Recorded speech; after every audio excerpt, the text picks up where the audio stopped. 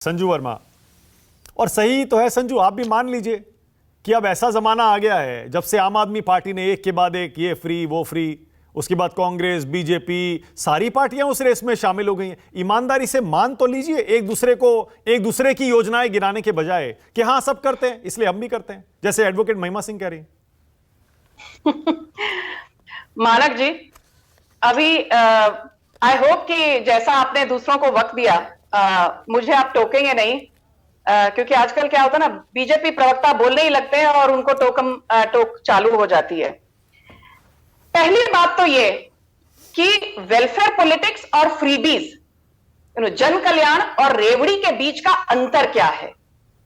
आप 2013 की supreme court की जजमेंट देखिए,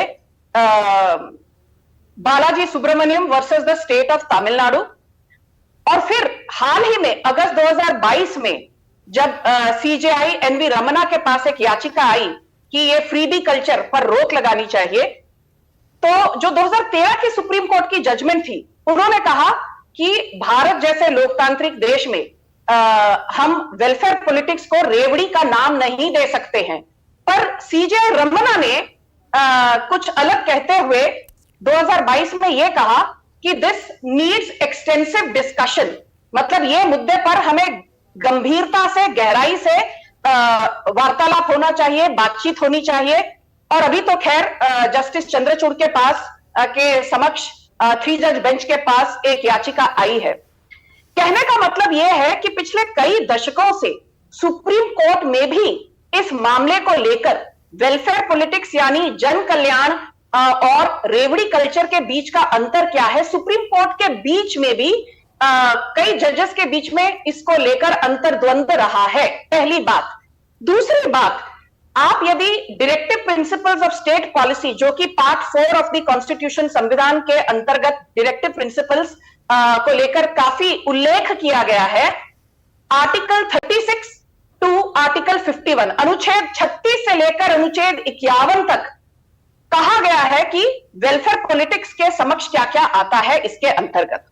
तो ये तो पहले मैं एक चीज as a politician, as a political party's representative ये कहना चाहती हूं कि वेलफेयर पॉलिटिक्स और रेवड़ी के बीच का अंतर समझना जरूरी है।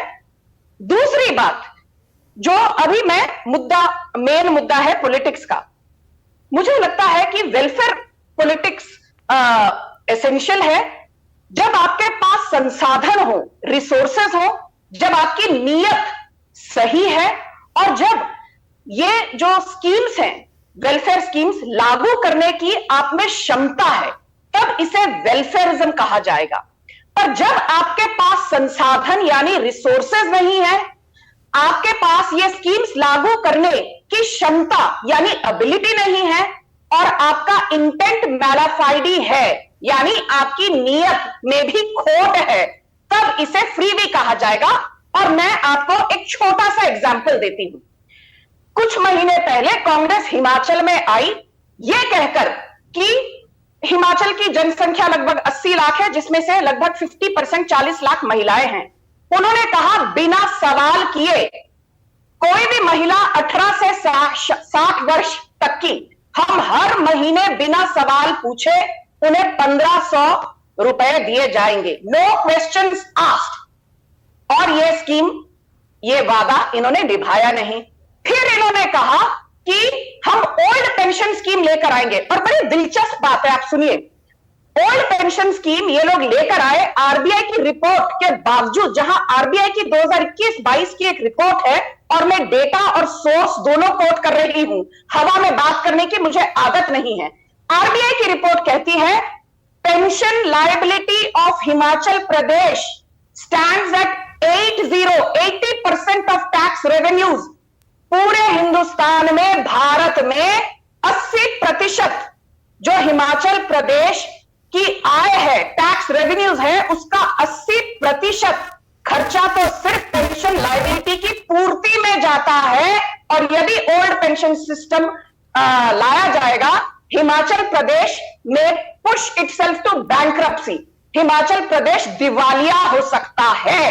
और कांग्रेस की सरकार लेकर आई ओपीएस। पर मजे की बात, जो कई पत्रकार जानते हैं या तो बोलते नहीं या तो जानते ही नहीं, एक तरफ तो इन्होंने आस्ते आस्ते ओपीएस लागू करना शुरू किया, पर आपको एक बात पता है, हिमाचल प्रदेश में जो अभी सरकारी कर्मचारी हैं उनका डीए, डियरनेस अलाउंस, इन्होंने 12% से लाकर 3% कर दिया है। मतलब रॉबिंग पीटर टू पे पॉल, एक हाथ से लो दूसरे हाथ से दो और जनता को पॉन्जी स्कीम के तहत मूर्ख बनाओ।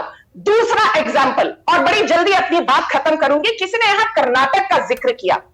जब भाजपा ने कर्नाटक की इकोनॉमी सौंपी सिद्धारमैया को, कर्नाटक की पूरी अर्थव्यवस्था का साइज है लगभग 28 लाख करोड़ और जो ऋण है, डेट है, वो है लगभग 5 lakh crore. But as a percentage of GDP debt है लगभग 18%। और राजस्थान में भी डेट है 5 से 5.5 लाख करोड़, पर राजस्थान की अर्थव्यवस्था का साइज क्या है? सिर्फ 16 लाख करोड़। तो राजस्थान का डेट टू जीएसडीपी कितना हुआ? 40%। पर कांग्रेस के प्रवक्ता बड़ी चालाकी से कहेंगे, देखिए कर्नाटक में तो 5.5 लाख करोड़ का डेट था, जबकि राजस्थान में 5-5.5 लाख करोड़ का डेट है और अर्थव्यवस्था का साइज बहुत कम है कर्नाटका के हिसाब से। इसकी बात नहीं करेंगे, एब्सोल्यूट नंबर्स की बात करेंगे, परसेंटेज की बात नहीं करेंगे। लास्ट पॉइंट, सबसे अहम बात यह है कि अभी आम आदमी पार्टी, आपको पता है पंजाब के चुनाव से पहले जी बिजली मुफ्त ले लो, जी अनाज मुफ्त ले लो, जी सबको सरकारी नौकरी नहीं तो महीने का 3,000 रुपए अलाउंस मिलेगा, जी महिलाओं को महीने का 2,000 रुपए अलाउंस मिलेगा।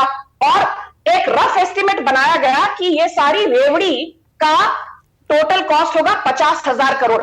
अभी जैसे मुख्यमंत्री का शपथ लिया भगवंत सिंह मान ने, पहुंच गए नरेंद्र मोदी जी के पास। ओके आदिल, तो कर दिया, समझ गया मैं।